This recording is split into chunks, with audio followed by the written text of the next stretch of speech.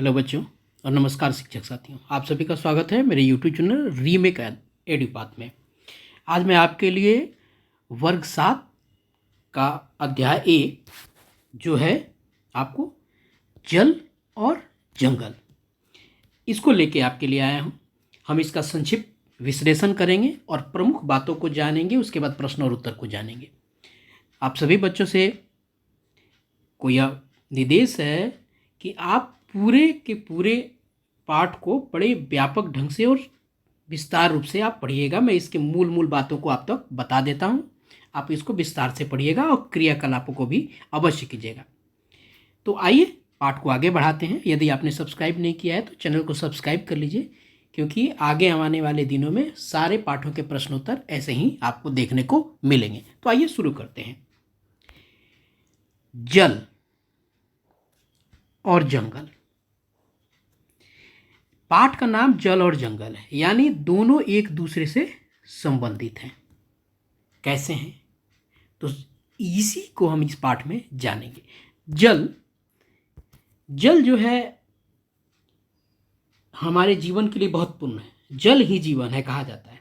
अब बिना जल के जीवन संभव नहीं है। प्रायः गर्मी के दिनों में अत्यधिक जल की कमी हो जाती है। आप देखे होंगे कहीं कहीं गांव में सुनने को मिलता होगा कि लेयर कम हो गया है।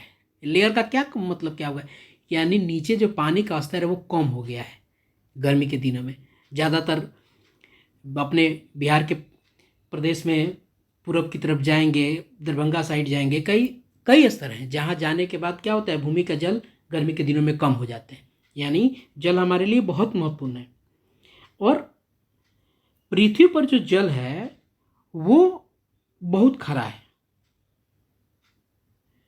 पृथ्वी पर जो जल है लेकिन खारा जल है, मृदु जल की कमी है, यानी मीठे जल की कमी है।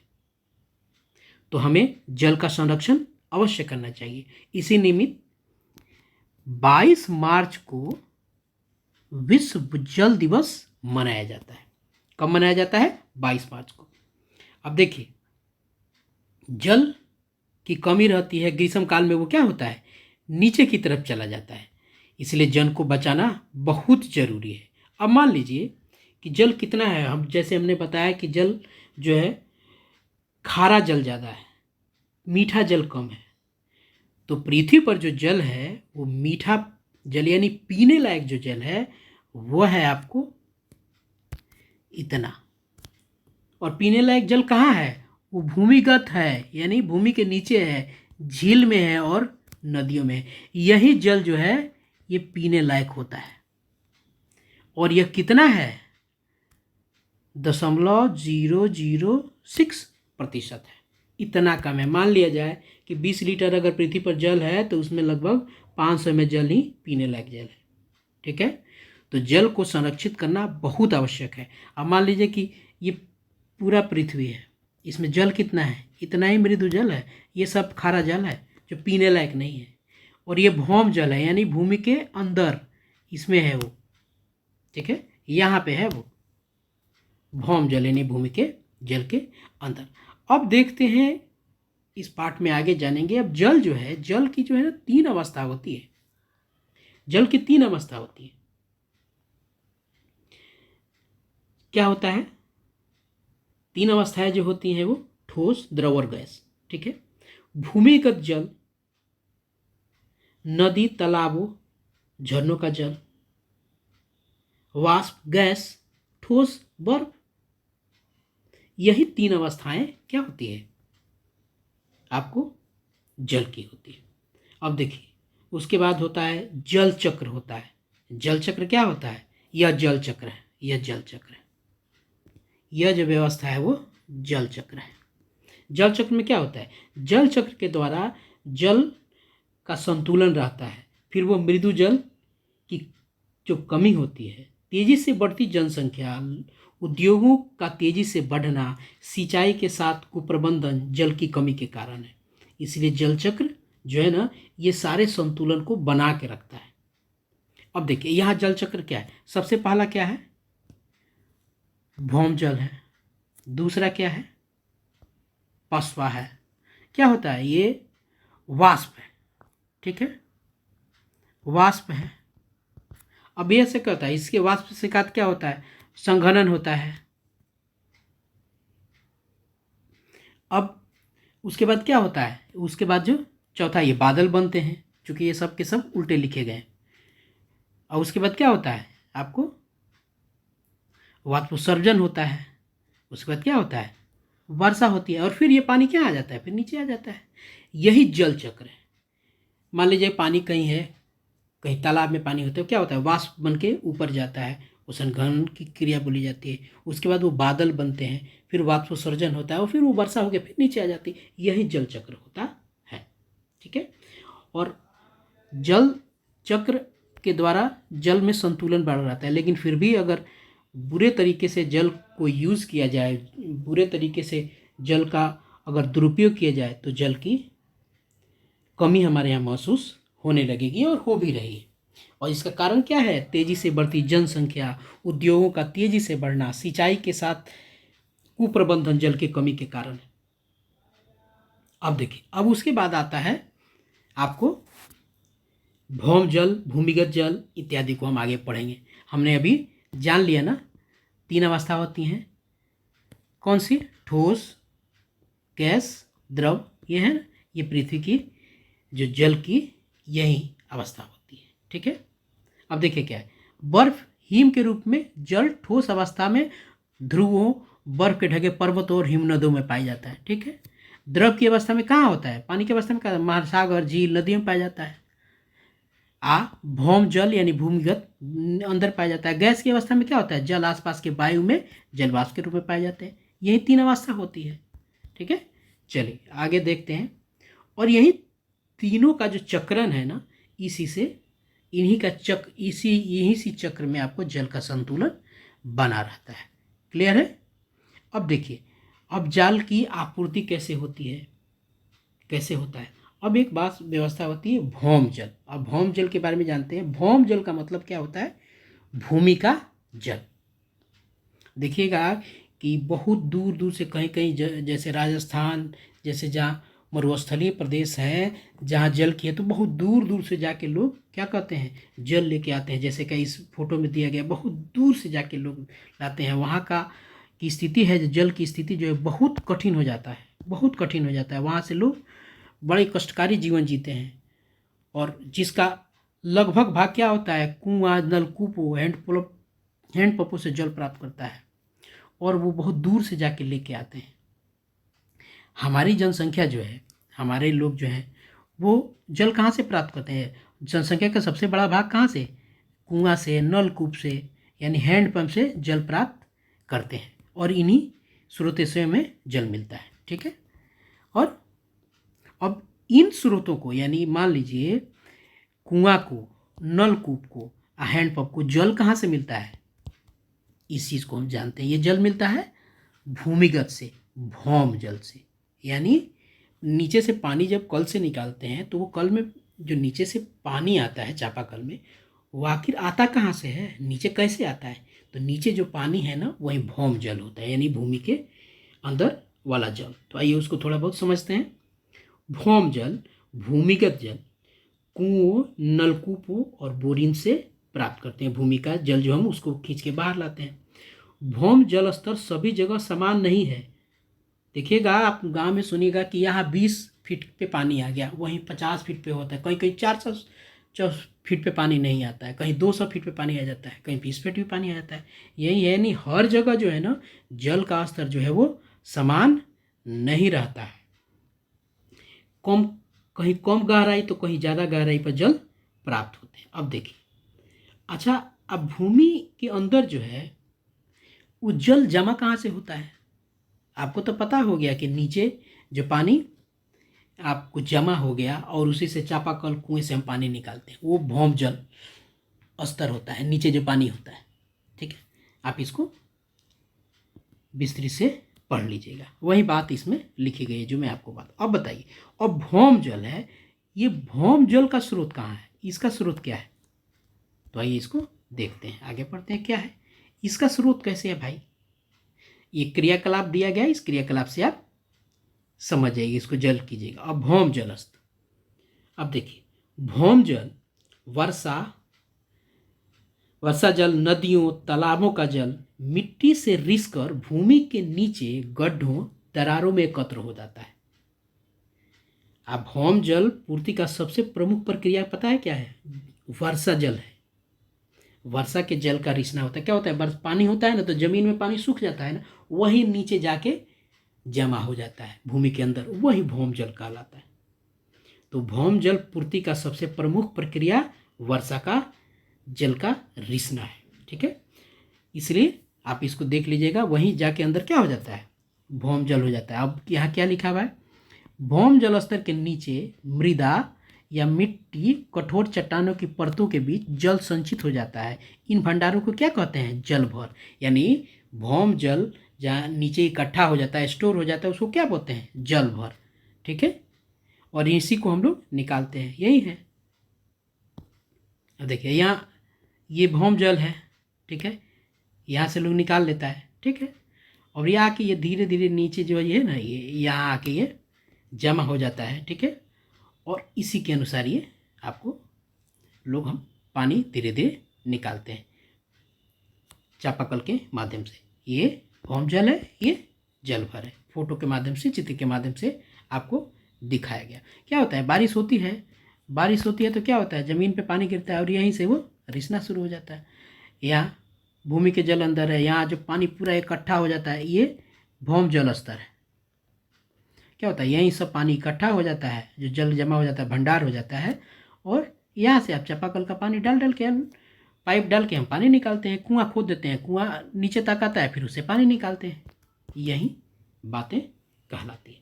अब देखिए नलकूपों से सिंचाई, पंप सेटों से सिंचाई के कारण भी भौम जल का जलस्तर कम हुआ है। ज़्यादा जो अब कैसे भूमि का जल स्तर गिर जाता है, उसके कई कारण भी हैं।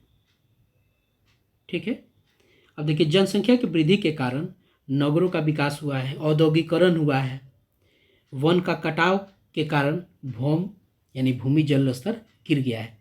नलकूपों से सिंचाई, पंप सेटों से सिंचाई के कारण भी भौम का जल स्तर नीचे कम हुआ है। ये अगर कोई बताया जाए कि भौम जल का स्तर क्यों गिर गया है, तो भाई भूमि पे जो है नगरों का विकास हो गया है, औद्योगिकरण से वनों का कटाव हो गया। या बात आ गई ना जंगल की बात, यानी जंगल का कटाव हो गया है। तो क्यों जंगल और पानी का संबंध है, आगे देखते हैं। अब नलकूपों से सिंचाई होती है, पानी नीचे से निकाल के फिर उसको बिखरा देते हैं।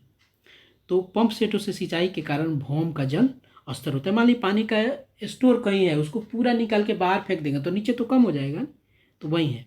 वनों की कटाई के कारण भी वर्षा का कम होना। अब वन कटता है, उससे वर्षा कम होता है, और जब वर्षा कम होगा तो भौम जल का स्तर कम होगा ही होगा।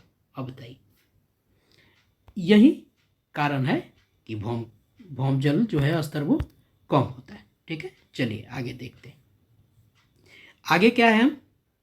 आगे हम देखेंगे कि हमारे देश में जो है ना, कई भागों में घनघोर जंगल पाए जाते हैं। अब देखिए, पहले घनघोर जंगल जाने से पहले हम कुछ देख लेते हैं।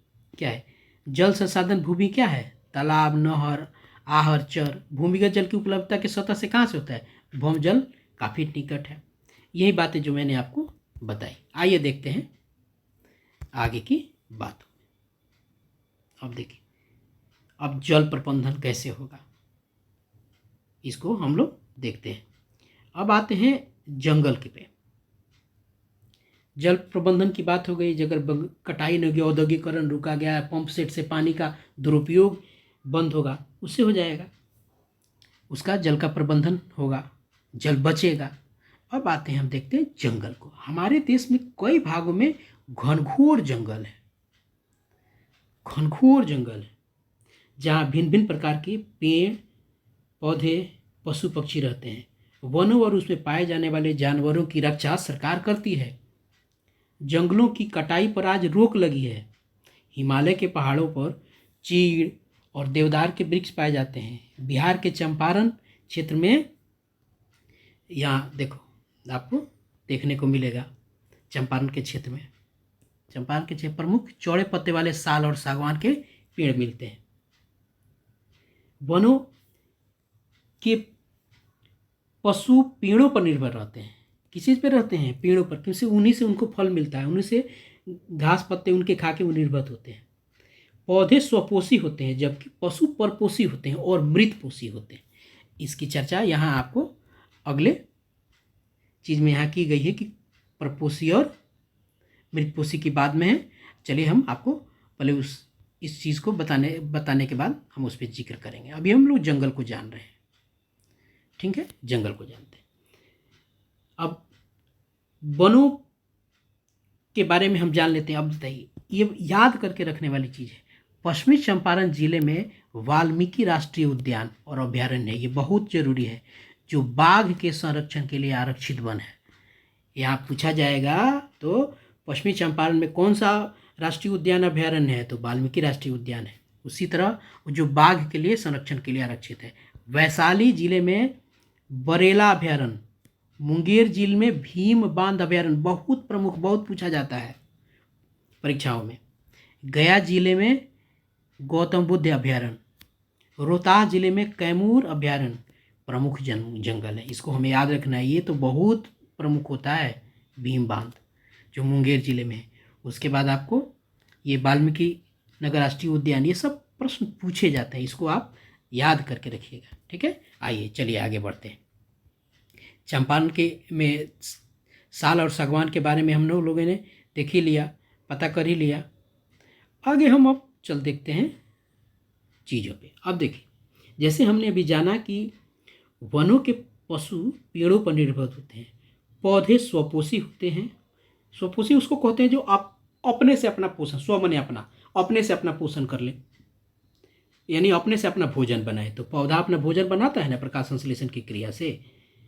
जबकि पशु क्या होता है? परपोषी होता है, वो अपना भोजन कहाँ से बनाता है? वो दूसरे पर निर्भर रहता है, दूसरे की चीज़ों को से लेके करता है। तो पशु क्या होता है? परपोषी। और मृतपोषी होता है, मरे हुए चीज़ों को से अपना पोषण करता है। जैसे अब देखिए, अब इसको एक तरीका से समझते हैं। जैसे घास को कीट को मेढक, देखिए क्या है ये, किस चीज़ का उदाहरण है? देखिए आपको ये इसको देखिए, ये किस तरह से काम करता है। जो जीव पौधों के भोजन को रूप में रखते हैं उन्हें अन्य जीव द्वारा भोजन के रूप में खाया जाता है। यह एक क्रम चलता रहता है, ठीक है। देखिए कैसे है, पौधा है, पौधा को क्या छोटे छोटे कीट खाते हैं, कीट को मेढक खाता है, मेढक को सांप खाता है, सांप को गरुड़ खाता है, चील खाता है। यह खाद्य श्रृंखला यही बनी रहती है, अर्थात वनों के विभिन्न घटक एक दूसरे पर निर्भर है। ये सब जो है ये वन के ही घटक हैं और सब एक दूसरे पर निर्भर है। क्लियर है? चलिए आगे देखते हैं। यह जो श्रृंखला है ना, इसी को खाद्य श्रृंखला कहते हैं, ठीक है।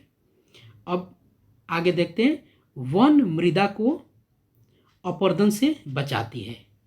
कौन? वन मृदा के अपरदन से बचाती है। अब मृदा क्या होता है? मृदा जो है ना मिट्टी होती है, और ये क्या होता है? वन के अपरदन से, यानी उसके बर्बादी से बचाती है। अब कैसे होता है? अब बताइए, मिट्टी के सबसे ऊपरी परत को क्या बोलते हैं? मिट्टी की सबसे ऊपरी परत को जो है ना हम ह्यूमस कहते हैं। ये ह्यूमस एक शब्द है ना, ये ह्यूमस कहते हैं। ये होता है ऊपरी परत, क्या कहलाता है? ह्यूमस होता है। सूखी पत्तियां, अब ह्यूमस क्या होता है? सूखी पत्तियां घास फूस सड़कर मिट्टी को ह्यूमस बनाती हैं। अब छोटे छोटे जीव जिन्हें हम खुली आंखों से देख सकते हैं, जिन्हें हम देख नहीं सकते हैं, जिन्हें हम माइक्रोस्कोप की सहायता से देखते हैं, ठीक है, जिन्हें हम माइक्रोस्कोप की सहायता से देखते हैं, ऐसे जीवों को सूक्ष्म जीव कहते हैं, ठीक है। मृत जीव जंतु अपघटित होकर ह्यूमस में परिवर्तित हो जाते हैं और ये पौधों के पोषण में सहायता होते हैं। क्या बनते हैं? वो होता है ना, तो आपको खाद्य के रूप में, खादर के रूप में होता है। और जिससे होता क्या है, वो जैसे खादर कैसे होता है, खेत में छींट देते हैं, पौधों के रहते हैं तो क्या होता है? पौधा बढ़ता है, यानी वो जो ह्यूमस जो है ना वो पौधों के पोषण में सहायक होता है। अब कैसे होता है देखिए, अब एक और चीज़ देखिए, अब आगे इस चित्र में देखिए कैसे, अब क्या होता है, देखिए कैसे प्रकृति में जो है ना, प्रकृति में वनों में गैसों का संतुलन इस प्रकार बनता है। जैसे वन में क्या होता है, प्रकाश संश्लेषण की क्रिया के कारण ऑक्सीजन तथा कार्बन डाइऑक्साइड का संतुलन वायुमंडल में बना रहता है। कैसे बना रहता है, आइए देखते हैं। अब देखिए, यहीं से जंतु से शुरू करते हैं। यहीं से जंतु क्या कार्बन डाइऑक्साइड छोड़ता है। कार्बन डाइऑक्साइड कौन लेता है, पेड़ पौधा लेता है। फिर पेड़ पौधा क्या छोड़ता है, ऑक्सीजन। ऑक्सीजन क्या लेता है, जंतु लेता है। और फिर जंतु कार्बन डाइऑक्साइड छोड़ेगा। यही चक्र चलता रहता है और इसी संतुलन बना रहता है। जंतु क्या, हम लोग जीव जंतु हम ही ना, हम लोग कार्बन डाइऑक्साइड छोड़ते हैं और पौधा क्या करता है, कार्बन डाइऑक्साइड लेता है। और कार्बन डाइऑक्साइड लेने के बाद वो ऑक्सीजन छोड़ता है, फिर वो ऑक्सीजन हम लोग ले लेते हैं सांस के माध्यम से। यह एक चक्र चलता रहता है और वायुमंडल में यही संतुलन आपका बना रहता है। ठीक है। अब यही देखते हैं कि पौधे जो है ना, अब हम पाठ के लास्ट की तरफ पहुंच गए। अब यहाँ हम जानते हैं कि और जानेंगे कि पौधे पृथ्वी से जल अवशोषित करते हैं। कैसे, जब पेड़ जमीन में लगा रहेगा तो क्या होता है, जल को अवशोषित करता है और जलवाष्प के रूप में जल बाहर निकालते हैं। अब पेड़ पौधे भू अपरदन को रोकता है, यानी मिट्टी के बहाव को रोकता है, भूमि की उर्वरा शक्ति को बढ़ाता है। वन हमारे लिए बहुत उपयोगी है, इसकी हमें रक्षा करनी चाहिए। जल को अवशोषित करता है, जलवाष्प के रूप में ऊपर छोड़ता है, वो मिट्टी के कटाव से रोकता है, भूमि की उर्वरा शक्ति को बढ़ा देता है। ये वन हमारे लिए बहुत उपयोगी है, इसकी हमें रक्षा करनी चाहिए। तो इसी तरह जल से संबंधित जंगल है और जंगल से संबंधित जल है, इसीलिए इस पाठ का नाम आपको जल और जंगल रखा गया। और ये कुछ नए शब्द हैं जो आप इसको अंग्रेजी में लिखा गया, इसको आप लोग एक बार जरूर ढंग से देख लीजिएगा। आजकल आप और हम सब लोग ये बहुत सुनते हैं, जल संग्रहण, वाटर हार्वेस्टिंग, ठीक है ना, ये चीज़। चलिए आगे देखते हैं प्रश्न। इसके बाद आता है प्रश्न और उत्तर। प्रश्न उत्तर में हमने से पहले हम एक चीज़ देखते हैं कि इस पाठ में हमने क्या क्या सीखा है। जल के बिना जीवन संभव नहीं है। जल की 3 अवस्था होती है, बर्फ, जल और वाष्प। जल चक्र द्वारा जल की आपूर्ति बनी रहती है, हमने बताया वो से कैसे वाष्प बनता है, संघनन की क्रिया होती है, फिर बादल बनता है, फिर वो बरसते हैं, वही वाला। उद्योगों की तेजी से वृद्धि और बढ़ती जनसंख्या, सिंचाई की बढ़ती आवश्यकताएं और कुप्रबंधन जल की कमी के मुख्य कारण है। क्लियर है। उसके बाद आता है समय की मांग है कि हम सभी को जल की उपयोगिता में मितव्ययिता बरतनी होगी। ठीक है, समय की मांग है कि हम सभी जल का उपयोग मितव्ययिता से करें, यानी जितनी ज़रूरत है उतनी करें और कम करें। वनों से हमें अनेक उत्पाद मिलते हैं। वनों में हमें वनस्पतियों की विभिन्न पर जंतुओं, पक्षियों, जीवों को भोजन और आश्रय प्रदान करते हैं। कौन, वन। वनों के विभिन्न घटक एक दूसरे पर निर्भर हैं, हमने बताया वो कीट और मेढक, सांप वाला। वन में मृदा, जल, वायु, सजीवों के बीच परस्पर क्रिया होती रहती है। वन मृदा को अपरदन से बचाती है, हमने इस पाठ में यह सीखा। उसके बाद है वन मृदा वनों को वृद्धि करने और पुनर्जन्म में सहायक होती है। इसके अलावा और भी कई सारी चीज़ें हम लोगों ने इस पाठ के माध्यम से जाना। उसके बाद इस महत्वपूर्ण चीज़ों को जानते हैं और फिर हम लोग आगे की चीज़ों को जानेंगे। अब देखिए क्या क्या और हम लोगों ने सीखा। उसमें सीखा है विश्व में आज प्रायः सर्वत्र जल की कमी महसूस की जा रही है, आप भी महसूस कर रहे होंगे ना। फलतः हमें जल को बचाने अर्थात इसका मितव्ययितापूर्वक उपयोग करने की सलाह दी जाती है। प्रतिवर्ष 22 मार्च को विश्व जल दिवस मनाया जाता है। जल संरक्षण के लिए अनेक प्रयास किए जाते हैं, सब लोग करता है, किए जाते हैं, हमें भी करना चाहिए। अब देखिए जैसे मनुष्य के पीने योग्य जल की आपूर्ति का आधार हिमनद, ध्रुवीय बर्फ, पहाड़ों पर अवस्थित बर्फ है जो गलकर नदियों में पहुंचते हैं। ठीक है, इस प्रकार भूमिज जल के अलावा झीलों और नदियों का जल ही पीने लायक है, जो कितना है आपको 0.006% है। ठीक है, चलिए आगे और देखते हैं क्या है। पृथ्वी पर जल की समस्या बहुत हद तक जल चक्र से सुलझ जाती है। जल चक्र से सुलझ जाती है। जल चक्र की कोई ना कोई प्रक्रिया सदैव होती रहती। जल चक्र हमने देखा सीखा, जल चक्र की सभी प्रक्रियाएं के सतत संपन्न होते रहने से पृथ्वी पर जल की कुल मात्रा स्थिर बनी रहती है। इसलिए जल चक्र जो होता रहे उसी से संतुलन सारा का सारा बना रहता है। यह आवश्यक नहीं कि जहाँ का जलवाष्प बना पुनः वर्षा द्वारा नहीं जाएगा। अब देखिए, इसका मतलब यह है कि जहाँ जलवाष्प बना वर्षा वहीं हो जाएगी, ऐसा नहीं है। वह किसी अन्य राज्य देश में भी जा सकता है। इसी कारण कहीं बाढ़ तो कहीं तबाही मचती है, तो कहीं पीने का पानी नहीं मिलता है। अब देखिए, गांव में कुओं और हैंडपंप जल प्राप्ति के मुख्य स्रोत होते हैं। गांव में वही स्रोत होते हैं ना। भूमि के अंदर कहीं कमी गहराई पर पानी मिल जाता है, तो कहीं बहुत नीचे पे होता है। उसके बाद आप देखिए, इसलिए कहीं जब गहराई पे पानी मिल जाता है, कहीं जल्दी ही पानी मिल जाता है। इसलिए कहीं पर कम पाइप धंसाने पर पानी मिल जाता है और कहीं पर अधिक पाइप धंसाना पड़ता है। नहीं ना, लेयर की बात होती है। अब देखिए आगे है क्या, वर्षा जल रिस कर भूमि के नीचे एकत्र होता है, जिसे भौमजल स्रोत कहते हैं। ठीक है, इसे भौमजल स्तर भी हम कह सकते हैं। अब देखिए, किसी प्रक्रम द्वारा जल को भूमि के नीचे पहुंचाने को भौमजल भर कहते हैं। ठीक है, ये जल भर जो है ना, वो भंडार होता है। भौम जल के अंधाधुंध निकासी से वह नीचे भागता है, जिसे भौमजल का गिरना कहते हैं। जल भंडार के पुनः पूर्ति के लिए तालाब, पोखर, बावड़ी, चहबचा और नहर आदि बनवाए जाते हैं। ठीक है, तभी जल भंडार की पूर्ति बनी रहेगी। किसान चाहे तो अपने खेतों में सिंचाई के लिए बूंद सिंचाई विधि को अपनाकर जल का बचत कर सकता है। स्प्रिंकलर विधि द्वारा सिंचाई से भी जल की बचत होती है। पृथ्वी पर ऑक्सीजन की कमी को रोकने के लिए जंगलों का रहना बहुत आवश्यक है।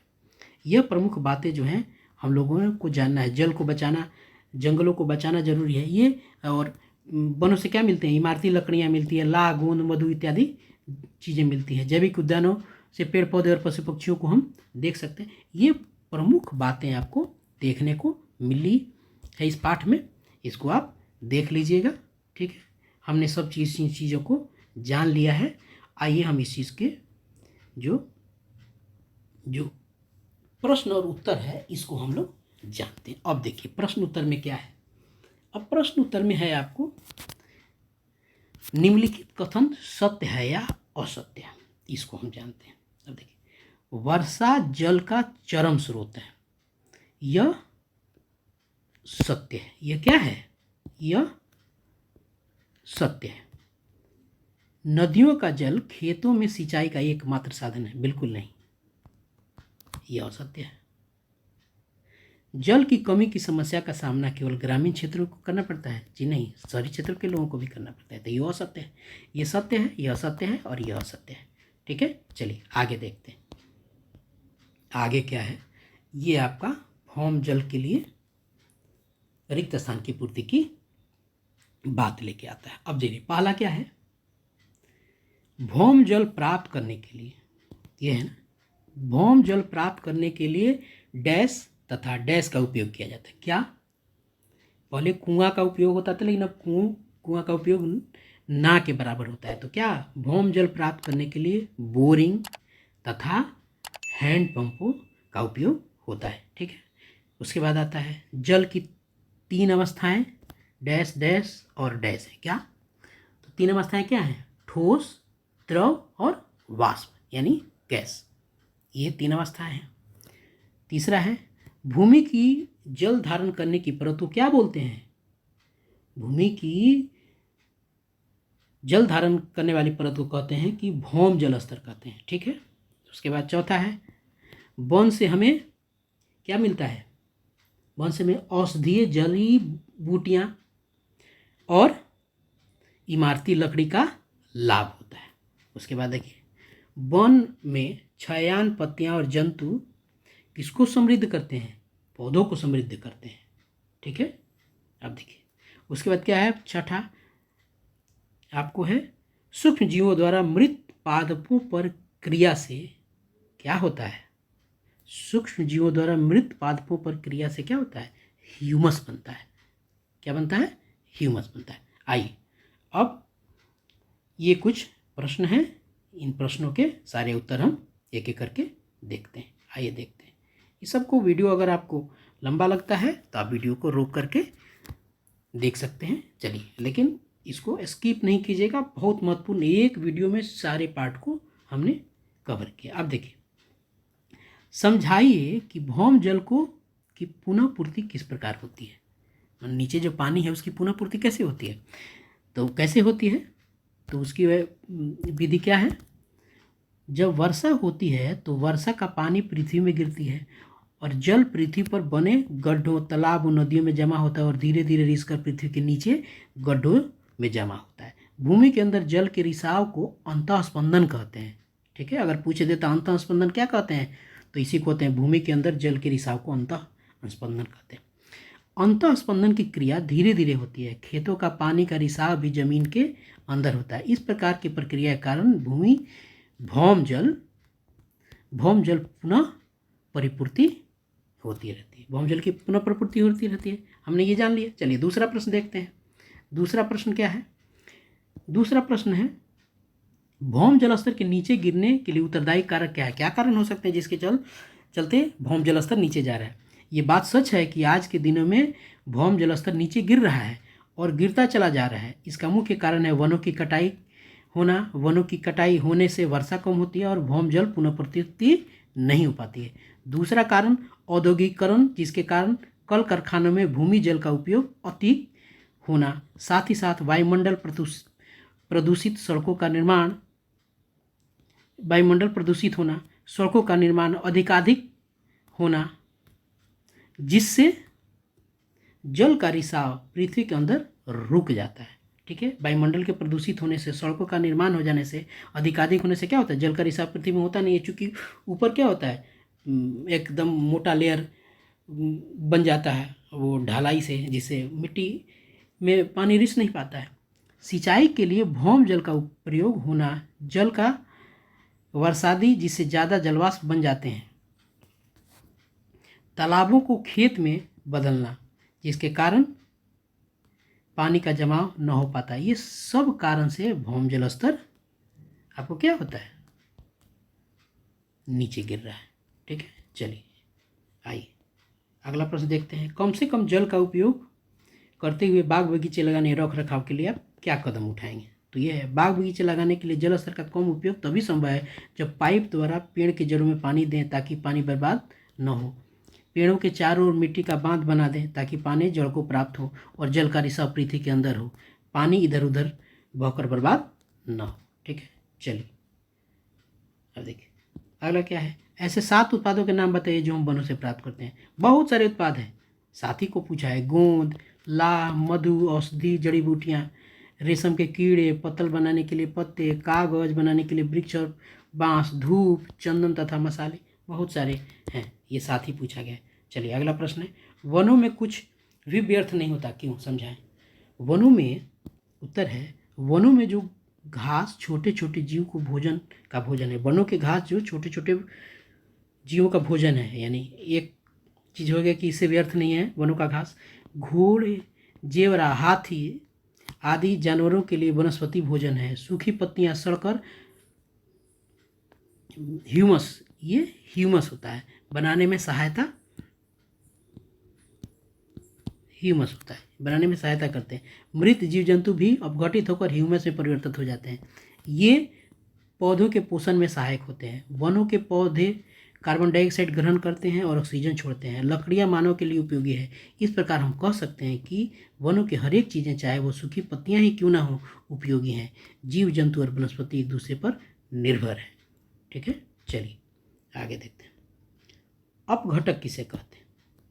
अपघटक किसे कहते हैं? पादपों और जंतुओं के मृत शरीर को ह्यूमस में परिवर्तित करने वाले सूक्ष्म जीव अपघटक कहलाते हैं। छोटे छोटे जीव जिन्हें खुली आंखों से नहीं देख सकते हैं, जिन्हें हम माइक्रोस्कोप की सहायता से देखते हैं, ये सूक्ष्म जीव कहलाते हैं, जिसे अपघटक कहते हैं। ये मृत जीव जंतुओं को अपघटित कर ह्यूमस में परिवर्तित कर देते हैं और ये पौधों के पोषण में सहायक होती है। नए नए पादपों का जन्म होता है जो शाकाहारी जंतुओं के लिए भोजन होता है। मांसाहारी जीव को लाभ होता है, अतः जीवों की वृद्धि में सहायक होता है। ठीक है, ये अपघटक होते हैं। उसके सारे के सारे प्रश्नों के पूरे उत्तर इसमें आ गए। आइए देखते हैं, ये संभवतः अंतिम प्रश्न है। ऑक्सीजन और कार्बन डाइऑक्साइड का संतुलन बनाए रखने के लिए वनों के योगदान को समझाइए। तो आइए देखते हैं। वनों में हरे पौधे पाए जाते हैं। सूर्य के प्रकाश में संश्लेषण की क्रिया में कार्बन डाइऑक्साइड वातावरण में पेड़ पौधे ग्रहण करते हैं, अपना भोजन सूर्य के प्रकाश की उपस्थिति में अपना भोजन बनाते हैं। क्लियर है। ऑक्सीजन गैस छोड़ते हैं जो वातावरण में चला जाता है और फिर जीव जंतु श्वसन क्रिया के फलस्वरूप ऑक्सीजन ग्रहण करते हैं, यानी वो अपना प्रकाश संश्लेषण की क्रिया करते हैं, कार्बन डाइऑक्साइड लेते हैं और ऑक्सीजन छोड़ते हैं जिसको जीव जंतु लेते हैं। ठीक है, सांस के माध्यम से। और कार्बन डाइऑक्साइड के साथ मिलकर कार्बोहाइड्रेट के साथ मिलकर कार्बन डाइऑक्साइड में परिवर्तित होता है। ठीक है, ये क्रिया लगातार चलती रहती है और वातावरण में ऑक्सीजन और कार्बन डाइऑक्साइड संतुलित रहते हैं। इस प्रकार देखा जाता है कि ऑक्सीजन और कार्बन डाइऑक्साइड का संतुलन बनाए रखने के लिए वनों का योगदान महत्वपूर्ण है। इस प्रकार सारे प्रश्नों के हल आपको मिल गए। इस एक वीडियो के माध्यम से आपको उस पाठ का संपूर्ण विश्लेषण, सारे प्रश्नों के हल, महत्वपूर्ण तथ्य मिल गए। आशा है आपको अच्छा लगेगा। नए हैं तो वीडियो को सब्सक्राइब कीजिए, चैनल को सब्सक्राइब कीजिए, वीडियो को लाइक कीजिए।